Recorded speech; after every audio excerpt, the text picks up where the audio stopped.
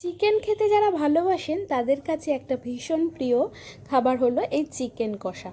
আমি কিভাবে ঘরোয়া পদ্ধতিতে এই চিকেন কষাটা রান্না করে নিই সেটাই আপনাদের সাথে শেয়ার করব। 1 কেজি চিকেন নিয়েছি, 2 টেবিল চামচ আদা রসুন বাটা, 1 চামচ কাঁচা লঙ্কা বাটা, 2 টেবিল চামচ টক দই, 1 চামচ হলুদ দিয়েছি, 1 চামচ দিয়েছি জিরে গুঁড়ো, 2 চামচ দিয়েছি ধনে গুঁড়ো, 1 চামচ লঙ্কা গুঁড়ো দিয়েছি, 1 চামচ নুন আর 1 চামচ কাশ্মীরি লঙ্কা গুঁড়ো আর 2 টেবিল চামচ সর্ষের তেল দিয়ে হাত দিয়ে খুব ভালো করে চিকেনটাকে ম্যারিনেট করে আধ ঘন্টা মতো রেখে দেবো।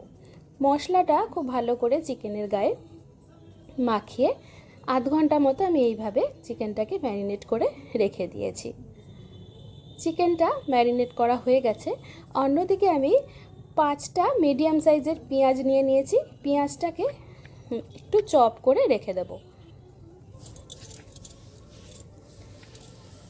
মিডিয়াম সাইজের 5টা পেঁয়াজ আমি এইভাবে চপ করে আলাদা করে রেখে দিলাম। চিকেন ম্যারিনেট করা হয়ে গেছে, আধ ঘন্টা আমি রেখে দিয়েছিলাম। এইবার চিকেনটা রান্না করব।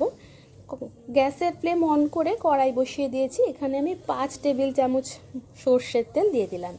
এবার ফোড়নের কিছু মশলা দেব। 2টো তেজপাতা দিয়ে দিলাম আর দিয়েছি গোটা গরম মশলা, এলাচ, দারচিনি, লবঙ্গ আর 1 চামচ গোটা জিরে দিয়েছি। ফোড়ন থেকে একটু সুগন্ধ বেরোলে চপ করে রাখা যে পেঁয়াজটা সেটা এর মধ্যে দিয়ে দিলাম। পেঁয়াজটা বেশ খানিকক্ষণ সময় নিয়ে একটু লাল করে ভেজে নিতে হবে। পেঁয়াজটার রঙটা যাতে একটু লাল হয় সেই পর্যন্ত কিন্তু পেঁয়াজটা একটু ভেজে নিতে হবে। পেঁয়াজটা ভাজা হয়ে গেলে এখানে আমি আদা রসুন বাটা দিয়ে দিলাম। 2 চামচ আদা রসুন বাটা দিয়েছি আর দিয়েছি 1 চামচ কাঁচা লঙ্কা বাটা। আদা রসুন কাঁচা লঙ্কাটা পেঁয়াজের সাথে খুব ভালো করে মিশিয়ে নিলাম। এখানে হলুদ দিয়েছি 1 চামচ, স্বাদ অনুযায়ী নুন দিতে হবে।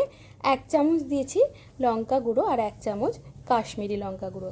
সবটা মশলা একসাথে খুব ভালো করে কষিয়ে নিলাম। চিকেন কষা রান্না করতে কিন্তু এক ফোঁটাও জল পড়বে না। মশলা সাথে চিকেন থেকে যে জল বেরোবে তাতেই চিকেনটা সেদ্ধ হয়ে যাবে। এখানে আমি একটা বড় সাইজের টমেটো পেস্ট করে রেখেছিলাম। মশলাটা কষে নেওয়ার পর টমেটোর পেস্টটা এর মধ্যে দিয়ে দিলাম। মশলার সাথে টমেটোটা খুব ভালো করে মিশিয়ে নিয়ে আবারও মশলা থেকে তেল ছাড়া অবধি কষে নিতে হবে। মশলা থেকে তেলটা ছেড়ে এসেছে। এবার ম্যারিনেট করা চিকেনটা এর মধ্যে দিয়ে দিলাম। হাই ফ্লেমে 5 থেকে 7 মিনিট রান্নাটা করে নেব।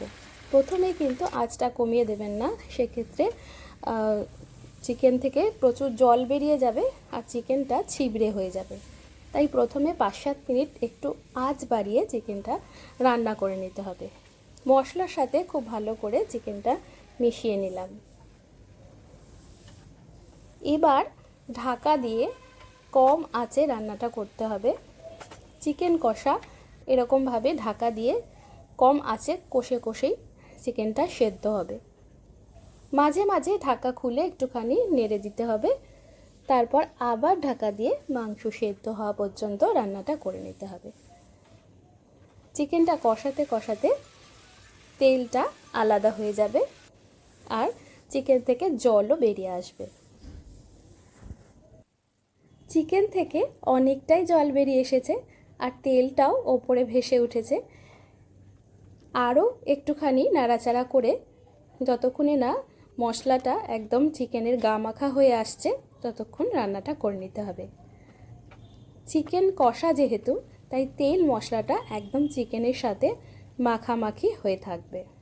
সেই অবস্থায় এসে গেলে আর চিকেনটা সেদ্ধ হয়ে গেলে তারপর এর মধ্যে 1 চামচ গুঁড়ো গরম মশলা আর 1 চামচ ঘি দিয়ে গ্যাসের ফ্লেম অফ করে ঢাকা দিয়ে রাখলেই তৈরি চিকেন কষা। রুটি, পরোটা, ফ্রাইড রাইস, যে কোনো রকমের পোলাও, এমনকি সাদা ভাতের সাথেও এই চিকেন কষা খেতে দারুণ লাগে। চিকেন কষা মোটামুটি সবাই রান্না করতে জানেন। আমি কিভাবে রান্না করি সেটাই আপনাদের সাথে শেয়ার করলাম। আর যারা নতুন রাঁধুনি আছেন তারাও যদি শিখতে চায় সেই কারণে আজকে এই রেসিপিটা শেয়ার করলাম। কেমন লাগলো আমাকে একটু জানাবেন কমেন্ট করে। আজ এ পর্যন্তই, আবার আসবো অন্য কোনো রেসিপি নিয়ে।